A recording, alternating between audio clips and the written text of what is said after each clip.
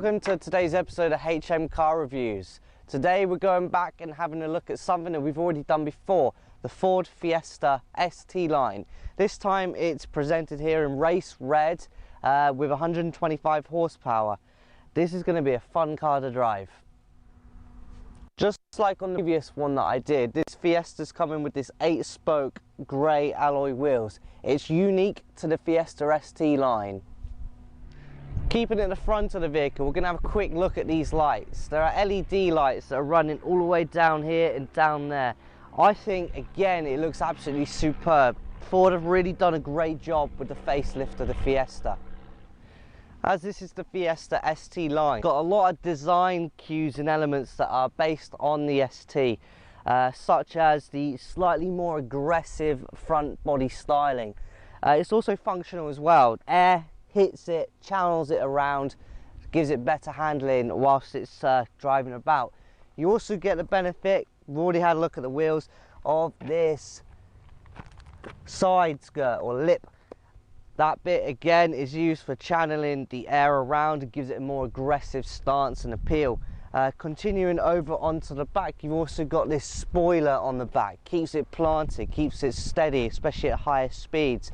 And continuing down here, you've still got this rear sort of body kit on it, and if you have a look at the very back, it's not quite a diffuser, it's a pretend diffuser, but it keeps that aggressive sporty styling right down to a T.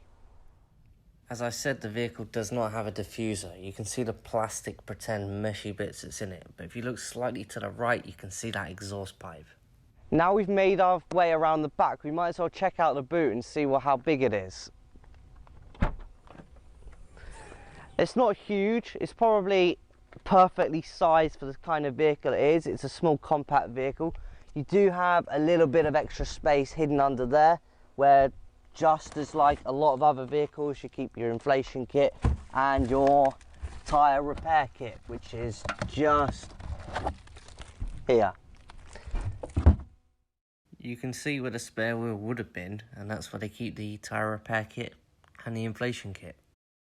Also in the boot, you got this Velcro bit that you can move about, store extra things that you need not moving.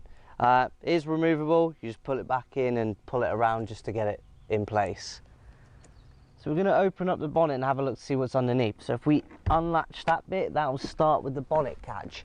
And then we'll go round to the actual front of the car itself, and we'll get that bonnet up and open so we can have a little look.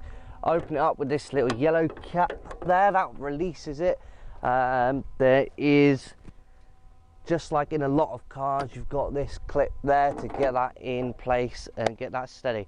So we're having a look at the actual motor itself. Like I did say, it is a 1-litre engine. It's a little under 1,000 cc's. It is just a 3-cylinder and it has got a turbocharger as well. It's a tiny little engine boosting up to quite a bit of power actually. It's quite a lot of power in 125 horsepower from a 1-litre engine. I did say earlier on that you can get a 100 horsepower version and a 140 horsepower version. If it were me buying it, I'd probably go for the 140 horsepower version just because it's the quickest and the best. Although having said that, I'd probably go for the ST itself, which is a 1.5 litre 200 horsepower. If we peer through this meshy type plastic, it goes straight through to the intercooler, which feeds air into here, which follows along the pipe that goes down there, and your turbocharger is located underneath here. A lot of cars in the rears tend to have electric windows, but in this particular one that we've got, it's not been spec'd up to have it, so we've got benefit of these old style ones instead. It's a bit of a throwback to sort of like the early 2000s and anything earlier than that. In terms of rear space, you've got, well, not a huge amount to be honest. I'm not particularly tall, so it's perfectly okay for me, but if you were sort of more than 6 foot, you wouldn't want to be in the back of here at all. If you find yourself being a rear passenger in one of the Ford Fiesta ST lines, you've already gone through this as well, but you have got a speaker here. You've got a very small storage area here. You don't have a middle seat with the cup holders and whatnot. You just got a seat instead. With all Fords these days, if you open up the cap, you don't have to twist it to put the fuel in. All you have to do is just put the fuel nozzle in, click it till it goes, and that's it. As simple and easy as that. So although I've already done a Fiesta review, the Fiesta I reviewed had a slightly different infotainment screen. The main bits that are different on this one is this one's actually got navigation. That's always fantastic. I find, in my own opinion, that Ford navigation is pretty intuitive to use. Clicking on destination and entering both postcode and street address. My only sort of like a little annoyances about it, it's not as quite as touch sensitive as you'd want it to be. It seems to have a little bit of a delay, unlike it would have on a smartphone. So just like in the Fiesta video I did before, the cruise controls are all kept in the same location. So is the volume and the telephone options that are on the screen as well. All your air conditioning functions all the way down here. Ford's air conditioning is absolutely fantastic. It's really, really strong and amazing, really. You'll cool down really quick. It's a hot day today, and I'm glad I got a Ford air conditioning unit in here. So down here you have your eco mode, your traction control mode, and that engine start-stop system, you know, the one that cuts out when you're in traffic to save fuel. Personally, I like to turn it off. It interferes with the air conditioning and it's a little bit annoying. So with the Fiesta ST-Line, it comes with this sporty looking gear stick. In the winter, it's absolutely cold to touch when you first get in it. Today is 28 degrees, so you know it's nice and warm. Feels absolutely fine. It's easy to change gears as well, but to put it into reverse, you pull the thing up at the bottom to bring it over and then down. That's how you would do that. With the Northamptonshire countryside, there's lots of tight, twisty roads to see what the car is really about. It is the ST-Line and not the ST, as I've already said earlier on, so you're not having 200 horsepower, but you have got 125 horsepower out of a 1 litre engine, 3-cylinder, perfectly adequate enough. Around town I found it slightly noisy, particularly if you're in like 4th gear. The vibration noise is slightly irritating, but when you're on this faster roads, twisty roads, bit where you can have a little bit of fun, stretch out the rev range, it's absolutely great. Ford have given it a sportier suspension setup, not quite as the full-on ST would have, but still absolutely fantastic for the price point of the car. The car does cost around £18,500 to £20,000. There is a 3-door version. This is the 5-door version. The engine comes in 3 different power outputs, so it ranges from 100 horsepower to 125 horsepower, with the highest one being 140 horsepower. In terms of top speeds, you'll be looking at about 118 for the 100, 122 for the one that I'm driving, 125 horsepower one, and then touching 130 for the 140 horsepower one.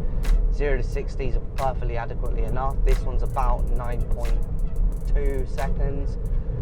In terms of fuel economy, you'll be looking in a region of, well, according to Ford, it's about 48, but I've been getting 39. But maybe that's because I live in town and where we drive.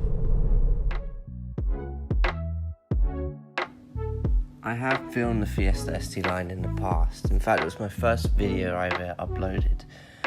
I want to go through some of the points there to give my final recommendations on it. I thought the vehicle handled really well then, and it's exactly the same now. Also, it's a fun vehicle. Mainly that comes down to partly down to the styling and partly down to the way it handles. It's not the fastest car in the world. It doesn't accelerate that quickly. It accelerates just under 10 seconds, at least the one that I had anyway. Practicality, you get 300 litres of boot space, so it's a fairly sizable amount of boot space. Obviously you can put the rear seats down to give you a little bit more. You're only £400 away from an ST, which has 60 more horsepower and slightly better equipped and better handling and better style and more fun. You might as well go for that one if you're considering it. Now, I know insurance groups play a large factor there, and the ST-Line will be in a lower insurance group than the ST, but really, what does it matter? go for the ST anyway. There are, of course, rivals to the Fiesta in general. You do have the Volkswagen Polo, the Nissan Micra, the Suzuki Swift, which is an incredibly great value car. And other things in the Volkswagen group, you have the Ibiza and the Fabia. That's just to name a few, there's plenty of others out there as well. I hope you enjoyed my review of the Fiesta ST-Line. Don't forget to like, share, subscribe and comment for more future content. It helps me out a lot and I love it.